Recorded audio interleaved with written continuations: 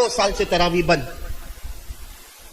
مسجد کا دروازہ بند، کعبے کا دروازہ بند، مدینے میں مصطفیٰ کا دروازہ بند۔ اللہ کی قسم، کس میں طاقت ہے جو کعبے کے دروازے کو بند کرے؟ کس میں طاقت ہے جو مدینے والے مصطفیٰ کا دروازہ بند کرے؟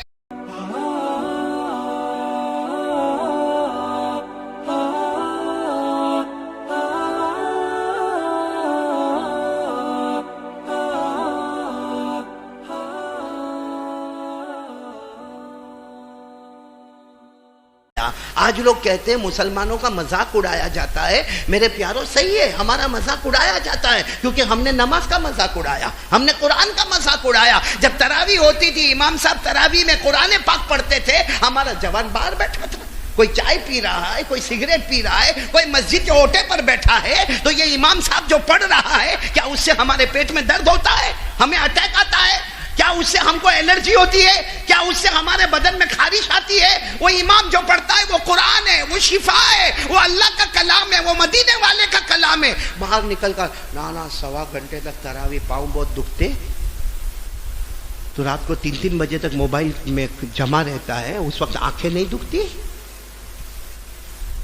بھائی 3 بجے تک موبائل میں اور ننگی عورتوں کو دیکھتا ہے اور صبح فجر کی نماز کے جنازے اٹھاتا ہے، تب آنکھوں پر اثر نہیں پڑتا؟ 1.25 گھنٹہ تراویح، تو اللہ نے بھی دیکھا کہ میرا بندہ جب میری تراویح کا مذاق اڑاتا ہے۔ لاک ڈاؤن، 2 سال سے تراویح بند،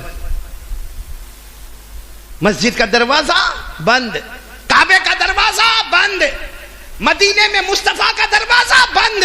اللہ کی قسم، کس میں طاقت ہے جو کعبے کے دروازے کو بند کرے؟ کس میں طاقت ہے جو مدینے والے مصطفیٰ کا دروازہ بند کرے؟ یہ صرف اللہ ہی ہے، اور صرف ہمارے گناہوں کی نحوست ہے۔ کیا ہم نے کام کیا ہے میرے پیاروں؟ اور اتنے حالات، کورونا آیا، ڈینگیو آیا، چکن گنیا آیا، ابھی آپ کو معلوم ہے مہاراشٹر کی طرف سیلاب آیا، کوکن میں، مہاڑ میں، کراڑ میں، ستارہ میں، سانگلی میں، کون سے علاقے میں سیلاب آیا۔ مولانا انعام صاحب، ابھی مولانا ادریس صاحب کہاں ہیں؟ 4 دن پہلے ہمارے پنویل کے مفتی صاحب ہے، مجھے کہا مولانا ہم اس علاقے میں جا نہیں سکے کیونکہ یہاں کمر تک کیچڑ بھرا ہوا ہے گھر میں۔ اب سوچو جس کے گھر میں یہاں تک کیچڑ بھرا ہوگا، وہ کھاتا کیسے ہوگا؟ وہ پیتا کیسا ہوگا؟ وہ اپنے بچوں کو کھلاتا کیسا ہوگا؟ وہ ماں بچے کو دودھ کیسے دیتی ہوگی؟ وہ نہاتے دھوتے کیسے ہوں گے؟ میرے دوستو یاد رکھو، اجمیر والے بابا خواجہ معین الدین چشتی رحمت اللہ علیہ کہا کرتے تھے، دنیا کے کسی بھی کونے میں اللہ کا عذاب آئے تو ڈر جا، اس لیے کہ جو اللہ وہاں بھیج سکتا وہ اللہ یہاں بھی بھیج سکتا ہے۔ آپ کو ایک صحابی کا نام بتاؤں، اوہ بہت بڑے، حضرت عمر۔ بولو کون؟ حضرت عمر بن خطاب رضی اللہ تعالی عنہ جب امیر المومنین بنے، 22 لاکھ مربع میل پہ اکیلے حکومت کرتے تھے۔ اور سچ بتاؤ حضرت عمر کون تھے؟ حضرت عمر، صرف میں آپ کو تھوڑا انٹروڈکشن کراؤں، حضرت عمر کون تھے معلوم؟ ہمارے آقا صلی اللہ علیہ وسلم کے زمانے میں جب حضرت عمر کسی گلی میں انٹر ہوتے تھے، بولو حضرت عمر کسی گلی میں انٹر ہوتے تھے تو ہمارے نبی مسکراتے تھے۔ ایک دن حضرت عمر رضی اللہ تعالیٰ عنہ کوئی گلی میں آئے اور ہمارے آقا صلی اللہ علیہ وسلم مسکرانے لگے، تو حضرت عمر نے پوچھا کہ اللہ کے رسول کیا معاملہ؟ جب بھی میں کوئی گلی میں آتا ہوں اور آپ سامنے ملتے ہیں تو آپ مسکراتے کیوں ہیں؟ اللہ کے رسول نے فرمایا عمر کیا بتاؤ، جس گلی میں تو قدم رکھتا ہے شیطان وہاں سے بھاگ جاتا ہے۔ جس گلی میں عمر تو قدم رکھتا ہے، بولو شیطان وہاں سے، اور جس گلی میں مورا کا جوان قدم رکھتا ہے شیطان آ جاتا ہے۔ حضرت عمر کون تھے؟ ایک مرتبہ ہمارے آقا صلی اللہ علیہ وسلم نے فرمایا، اور یہ عقیدے والی باتیں پورا مجمع ساتھ دے گا، ہمارے نبی کے بعد کوئی نبی نہیں، ہمارے ساتھ میں بولو نا، یہ عقیدے کی باتیں، ایمان کی باتیں، ہمارے نبی کے بعد کوئی نبی، بلند آواز سے بولو ہمارے نبی کے بعد کوئی نبی آنے والا۔ اللہ نے فرمایا ما کان محمد ابا احد من رجالکم ولکن رسول اللہ وخاتم النبیین وکان اللہ بکل شیء علیما۔ اللہ تبارک و تعالیٰ فرماتے میرے نبی کے بعد اب کوئی نبی آنے والا نہیں، لیکن ایک مرتبہ ہمارے نبی صلی اللہ علیہ وسلم نے فرمایا لا نبی بعدی، بولو میرے بعد کوئی نبی آنے والا. لیکن ہمارے نبی فرماتے اللہ کی قسم, ہم بھی قسم کھا کر کہتے ہیں کہ ہمارے نبی کے بعد کوئی نبی آنے والا نہیں, لیکن ہمارے نبی فرماتے لو کان بعدی نبی لکان عمر, اللہ میرے بعد کوئی نبی بھیجنے والا نہیں, اگر اللہ بھیجتا تو میرے بعد عمر کو اللہ نبی بنا دیتا. کیا مقام ہوگا حضرت عمر رضی اللہ تعالیٰ عنہ کا. لیکن ڈر آپ کو معلوم ہے, ایک دن حضرت عمر رضی اللہ تعالیٰ عنہ امیر المومنین, بولو کیا ہے, امیر المومنین ہے, بادشاہ ہے, ہاں پوری خلافت کا دور ان کے ہاتھ میں ہے, خلافت کی لگام ان کے ہاتھ میں ہے. لیکن حضرت عمر رضی اللہ تعالیٰ عنہ بغیر ٹوپی کے, بغیر امامے کے, اور بغیر جوتے کے, اور پورے پسینے میں شرابور, حضرت عمر اکیلے اکیلے جنگل کی طرف دوڑ رہے. ارے بادشاہ ہے, 22 لاکھ مربع میل پر حکومت ہے, سر پر ٹوپی بھی نہیں, سر پر امامہ بھی نہیں, پاؤں میں جوتے چپل بھی نہیں, اور دوڑے جا رہے, جنگل کی طرف دوڑے جا رہے. حضرت علی رضی اللہ تعالیٰ عنہ وہاں سے آ رہے تھے, کہا امیر المومنین رکو, امیر المومنین رکو, کیا حالت بنا رکھی ہے, آپ کا کپڑا پھٹا ہوا ہے, اور آپ کے چہرے پر ٹوپی نہیں, امامہ نہیں ہے, اور آپ کے پاؤں میں جوتے چپل نہیں ہے, آپ کہاں جا رہے ہو.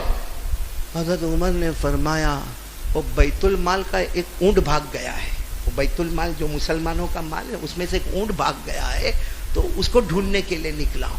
تو حضرت علی نے سر پر ہاتھ رکھا, بادشاہ ہو, خلیفہ ہو, اتنی بڑی حکومت ہے, آپ کے ساتھ جو نوکر رہتے, خادم رہتے, ان کو بھیجو نا.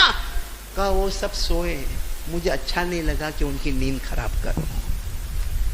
وہ سب, بولو ساتھ میں بولو, وہ سب سوئے ہیں, مجھے اچھا نہیں لگا کہ ان کی نیند خراب کرو. تو حضرت علی نے پھر دوسرا سوال کیا, ارے ٹھیک ہے چلو ان کی نیند خراب نہ کرے, لیکن اب تو واپس جاؤ, ہم ہیں نا. حضرت علی نے کہا میں ہوں, میں اور 4-5 کو بلاتا ہوں, اور ابھی ہم بیت المال کا اونٹ ڈھونڈیں گے اور آپ کی خدمت میں لے کر آئیں گے. حضرت عمر نے کہا نہیں علی, نہیں علی, میں ڈھونڈنے جاؤں گا, کیونکہ اگر تم ڈھونڈنے گئے اس سے پہلے موت آ گئی تو قیامت میں اللہ مجھے پوچھے گا, مسلمانوں کا مال تھا, وہ اونٹ مسلمانوں کا تھا, تیری حکومت میں گھوم گیا, تو ڈھونڈنے کے لیے کیوں نہیں گیا تھا. کون حضرت عمر کس کے لیے دوڑ رہے, ایک اور نوکر ہے نا, کیا کہہ رہے, کیا کر رہے تھے. اور ہم لوگ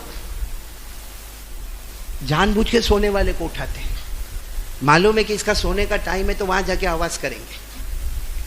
ہمارا پورا معلوم نہیں یہ دل کتنا گندا ہو گیا, اتنا گندا ہو گیا. کوئی اچھا کرتا ہوگا, بولو ہم کو برداشت. میں اکثر کہتا ہوں ہم کو غیروں سے وہ تکلیف نہیں پہنچتی ہے جو اپنوں سے تکلیف پہنچتی ہے. سچ بتاؤ, ہمارے دل میں نبی کی محبت ہے بھائی, ہو تو ہاں بول دو, نہیں ہو تو بہت مشکل معاملہ ہے. بھائی نبی سے محبت کرنا چاہیے, نہیں کرنا چاہیے, یعنی پورا مجمع ساتھ میں بولو نا, ایمان کا حصہ ہے کہ نہیں. امام بخاری رحمت اللہ علیہ, بہت بڑے امام, امام بخاری رحمت اللہ علیہ, جن کی کتاب بخاری شریف اصح الکتاب بعد کتاب اللہ کتاب الامام البخاری, یہ مشہور قاعدہ ہے کہ قرآن پاک کے بعد زمین پر جو سب سے مشہور اور سب سے مستند اگر کوئی حدیث کی کتاب ہے تو بولو کون سی کتاب ہے, بخاری ہے. امام بخاری رحمت اللہ علیہ حدیث پاک لکھتے, بنی الاسلام علی خمس, حدیث پاک لکھتے ہیں کہ نماز پڑھنا ایمان کا شعبہ ہے, زکوٰۃ دینا فرض ہے, روزہ رکھنا فرض ہے, حج کرنا فرض ہے, اور اسی کے نیچے لکھتے ہیں پیارے نبی سے محبت کرنا بھی فرض ہے. اگر نماز پڑھنا فرض ہے, سال میں زکوٰۃ دینا فرض ہے, رمضان کے روزے رکھنا فرض ہے, تو یہ مسئلہ بھی معلوم ہونا چاہیے کہ نبی سے محبت کرنا فرض ہے. بلکہ آپ کو معلوم ہے ہمارے نبی صلی اللہ علیہ وسلم نے فرمایا میری محبت آگے, ساتھ میں بولو میری محبت آگے, سب کی محبت. ہمارے نبی فرماتے اگر کسی کی محبت میری محبت کو اوورٹیک کر گئی, یعنی میری محبت کو تو نے پیچھے کر دیا اور سماج اور سوسائٹی کی محبت کو آگے کر دیا, ہمارے نبی فرماتے قسم کھا کر کہتا ہوں کہیں تیرا ایمان تو ختم نہیں ہو گیا. قسم کھا کر کہتا ہوں کہیں ایمان ادھورا تو نہیں ہو گیا. یہ حدیث ہے. ہمارے نبی فرماتے قال رسول اللہ صلی اللہ علیہ وسلم لا یؤمن احدکم حتی اکون احب الیہ من والدہ وولدہ والناس اجمعین. ہمارے آقا صلی اللہ علیہ وسلم نے فرمایا، پورا مجمع ترجمہ ساتھ میں کرے گا. ہمارے نبی فرماتے میری محبت سب سے آگے ہوگی اور باقی سب کی محبت بیوی، بچہ، ماں، باپ، بیٹا، سماج، سوسائٹی، کمیونٹی، سب کی محبت پیچھے. ہمارے نبی فرماتے دیکھو یہ میری محبت یہ آگے ہے، سب کی محبت پیچھے ہے. لیکن اگر آپ نے پیچھے والی محبت کو آگے کیا اور میری محبت کو اوورٹیک کیا اور مجھے پیچھے رکھا، ہمارے نبی فرماتے لا یؤمن احدکم، قسم اللہ کی تمہارا ایمان ادھورا ہے اور ڈر لگتا ہے کہیں موت کے وقت ایمان کا سودا تو نہیں کر جائے گا. ایک واقعہ سنا دوں. میں تو بہت لمبا سفر کر کے آیا مولانا انعام صاحب. اب بوڑھا ہو گیا، تھک جاتا ہوں میں بھی. صبح کا نکلنا، مدرسے میں جانا، وہاں پڑھانا، پھر اس کے بعد واپس لمبا سفر کرنا.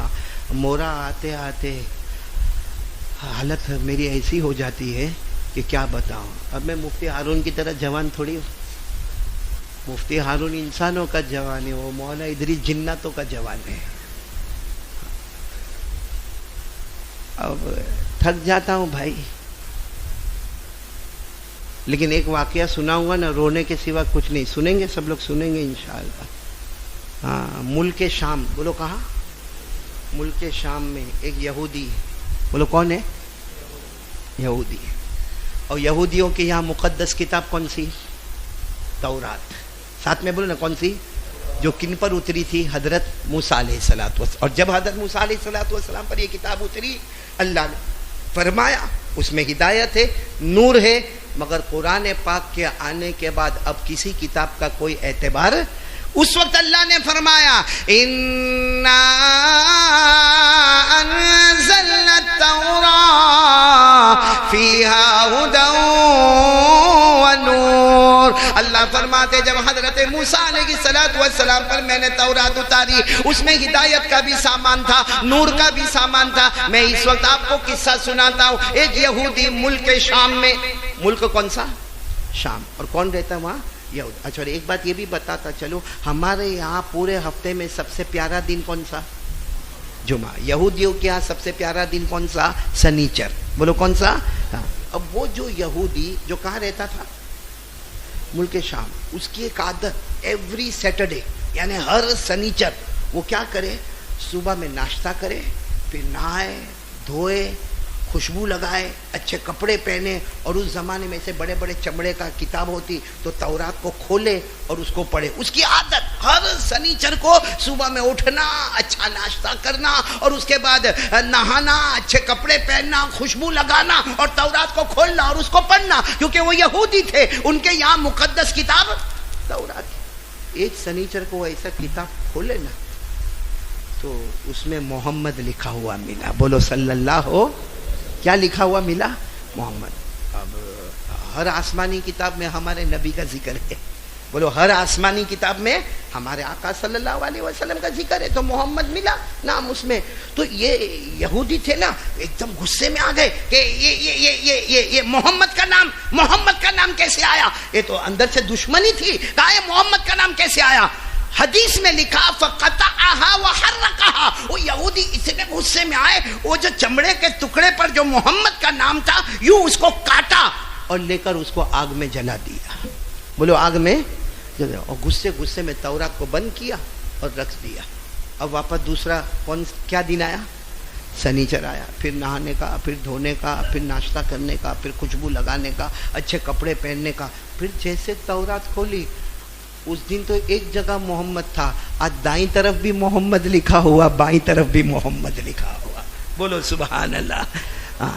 اب اس کو اور غصہ آیا کہ گئے ہفتے میں ایک جگہ تھا میں نے کاٹا اور اس کو جلا دیا، آج دو جگہ محمد. صفحے کے اس طرف دیکھو تو بھی محمد، اس طرف دیکھو تو بھی محمد. فقطعها وحرقها. اس نے دونوں جگہ سے محمد کا نام کاٹا اور بولو اس کو آگ میں جلا دیا. پھر کون سا سنیچر؟ تیسرا سنیچر آیا، وہی نہانا کھانا پینا اور اچھے کپڑے پہننا اور خوشبو لگانا اور تورات کھولنا۔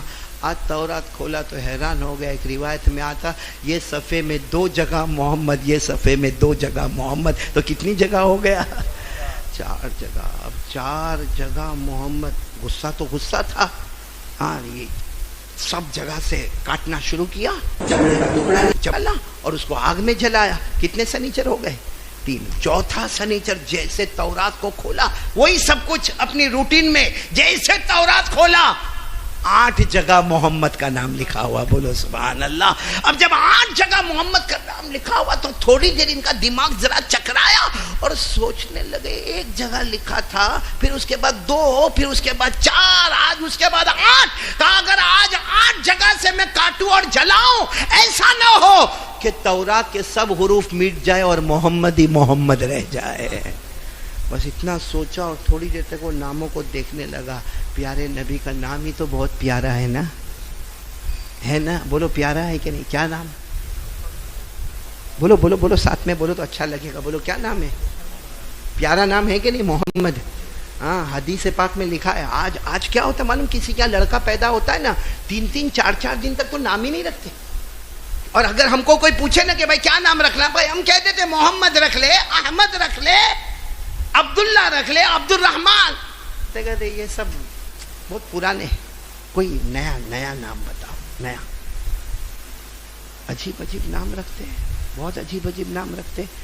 اب میرے پاس کوئی ایک آیا، میں نے کہا بھائی نام کیا؟ تو کہا صراط مستقیم۔ میں نے کہا کام کر، بچہ پیدا ہوئے تو نام رکھ دینا ولد ضالین۔ کوئی بھی نام رکھنے کا، کوئی بھی نام رکھنے کا، نہ ترجمہ ہم کو معلوم ہے نہ، بس قرآن میں نام آیا تو وہ نام، ہاں تو قرآن میں تو قارون نام بھی آیا ہے، فرعون نام بھی آیا ہے، حامان نام بھی آیا ہے، ابو لہب بھی آیا ہے۔ عجیب و غریب یہ زمانہ میرے پیاروں، بس سب چیز ویرائٹی میں اچھی چاہیے۔ ہاں آج شرٹ چاہیے تو برانڈڈ کمپنی کا، گھڑی چاہیے تو برانڈڈ کمپنی کی، جوتا چاہیے تو برانڈڈ کمپنی کا، اگر ڈائریکٹ نہیں تو فرسٹ کاپی تو چلے گی۔ سب برانڈڈ کمپنی کا، نماز کیوں برانڈڈ نہیں ہوتی؟ ذکر کیوں برانڈڈ نہیں ہوتا؟ ذکر کرنے بولو سبحان اللہ سبحان اللہ سبحان اللہ سبحان اللہ سبحان اللہ۔ اب میں وہ بات کر رہا تھا، کس کی بات کر رہا تھا؟ یہودی۔ کتنی جگہ پہ نام دیکھا ہمارے نبی کا؟ اب تھوڑا ذہن آیا، اب معلوم نہیں اللہ کو وہ ہدایت کا فیصلہ کرنا تھا، اچانک اس کی زبان سے نکلا، سمجھ گیا اگر نبی ہے تو یہی نبی ہے، ان کے بعد کوئی نبی آنے والا نہیں۔